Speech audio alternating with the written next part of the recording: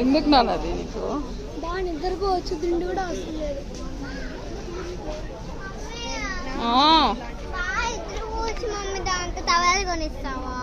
Towel కాదు ఇవి curtains అన్ని.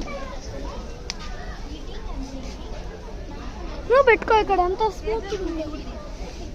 మళ్ళీ పెట్టుకుంటా.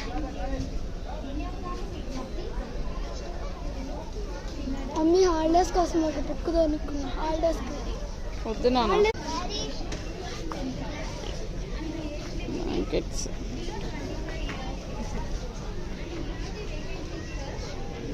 పెట్టుకో.